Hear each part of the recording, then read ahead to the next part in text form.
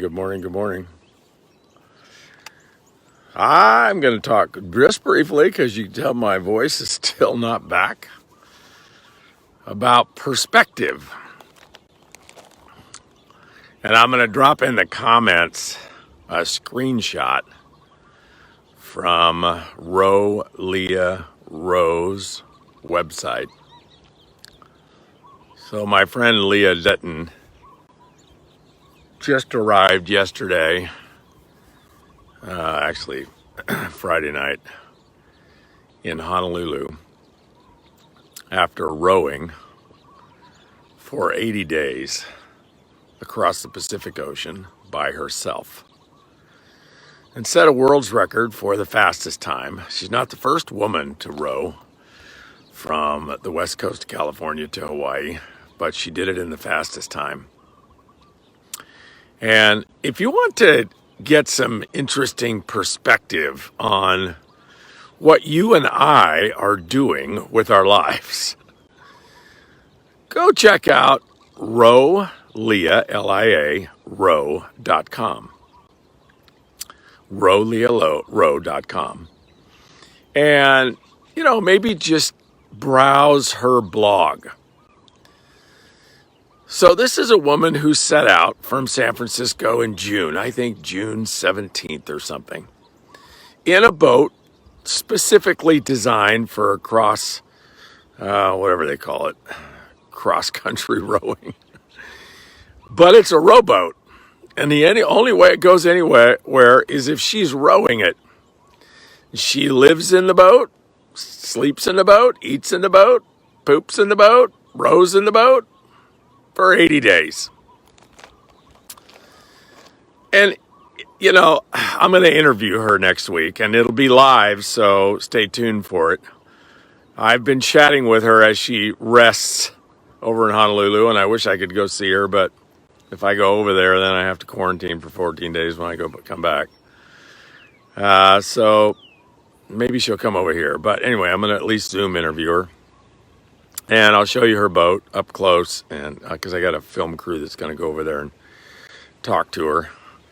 But I just want you to think about what you and I are doing, whatever it is, right? And so think about the perspective of, consistency.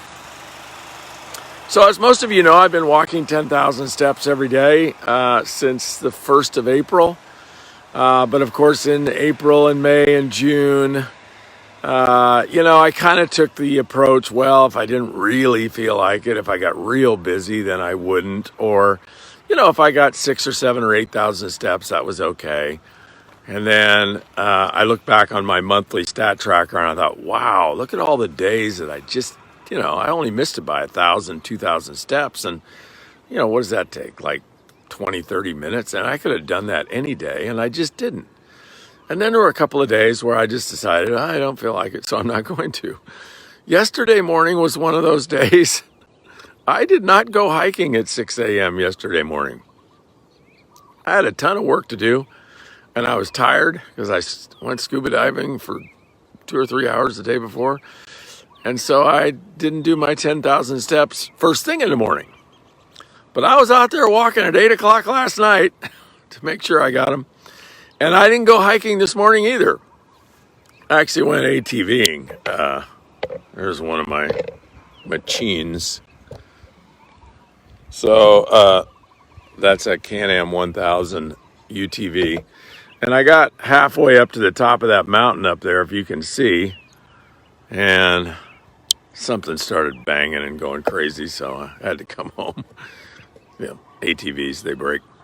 So I didn't hike yet this morning, so I got to get my 10,000 steps this morning. But I just want you to, like I'm thinking about, oh, wow, I took on this 10,000 steps thing, which takes about an hour and 45 minutes a day. And, right, I can talk on the phone. I can, walk in my sleep and do 10,000 steps a day.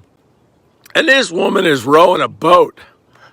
The screenshot I'm going to show you will show her average. I think it's like 24 miles a day, 25 miles a day. She's rowing the boat. And if you think about it, folks, it's not like you can take a day off. because there's currents and there's winds, right? So she might row 25 miles, and then you might think, well, how does she sleep? And, well, she has what's called a sea anchor. So you throw this sea anchor out, and it's like a big umbrella, and it keeps, theoretically, the boat from going backwards, at least very far or very fast. But the next morning when she wakes up, whatever she lost, she's got to regain, plus then she's got to add to it. And you can see her little stat tracker on the ocean, how far she rowed every day and what her course was. Can you imagine being out there for 80 days by yourself and all you see is ocean? She never saw land until the last day. She had 37 miles to go. She's entering the Molokai Channel, and it's the worst piece of water I've ever seen. I don't even want to take my 30-foot twin-engine powerboat in it. It's so crazy and big and wet, and she's like 37 miles to go, and she's rowing the last 37 miles without sleep in the roughest waters, maybe next to, I don't know where, but by herself, 80 days. Every morning she wakes up, all she sees is ocean. No boats, no nothing. I think she saw 1 or 2 freighters, but they were like 5 miles away. No chase boats, nothing. Wet. She capsized twice, fell out of the boat, barely hung on, could have drowned. A friend of hers left like a few weeks before she did. They found her 3 weeks out, drowned, hanging onto the boat with one arm. Now, I'm not suggesting what Leah does is like, I don't know why people do that, but okay, that aside, just compare what she did to what you and I are doing. And so this perspective, right? So, perspective is how you stay in gratitude. So, okay, you start whining about whatever. Maybe you lost your job because of the pandemic and blah, blah, blah, blah, blah. It's horrible. I know, I get it. It's horrible. But guess what? You live in the United States of America. And people die every day trying to get in this country just for the opportunity that you and I take for granted. There's ways to get work. You can get work. You can start some gig. You can do something, right? Because you're not restricted by the government in that way. And you can move freely throughout all 50 states, except maybe Hawaii and Alaska. But, we have so much opportunity here. So it's just perspective, Imagine you lived in Honduras or Venezuela or, North Korea or, right? Then what would you do? So even though things might be tough now, perspective. Things are great. You may not like your house, but you have a house, right? Compare it to a cardboard box on the street.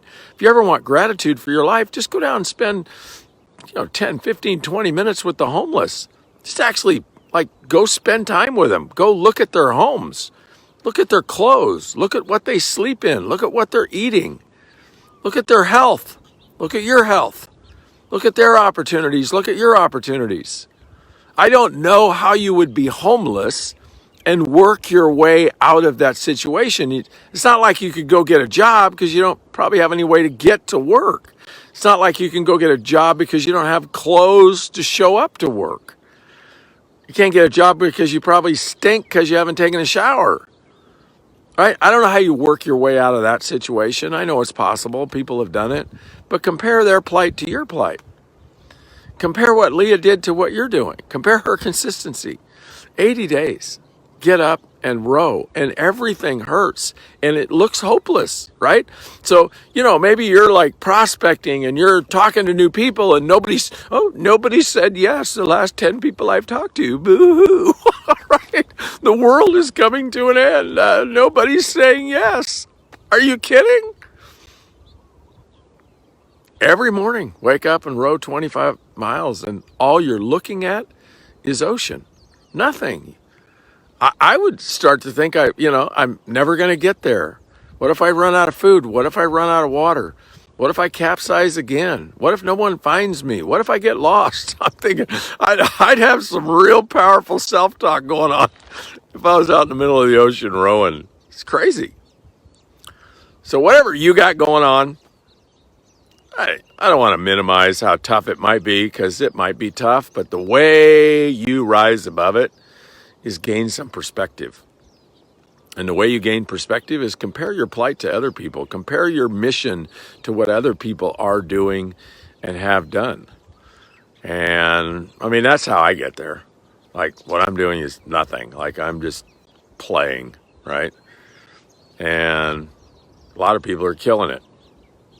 And so whatever you're doing can't be that tough. Whatever you want to do can't be that tough. If what you need to do is talk to a couple of people a day about your products and your opportunity, that's not that tough. And so you'll never convince me that it is. Never, ever. No cheese whining here. Let's just go do it. LeahRowe.com. Throw her down a comment in her blog about how inspiring she is, and stay tuned to the Zoom interview next week. I appreciate all of you. See you tomorrow.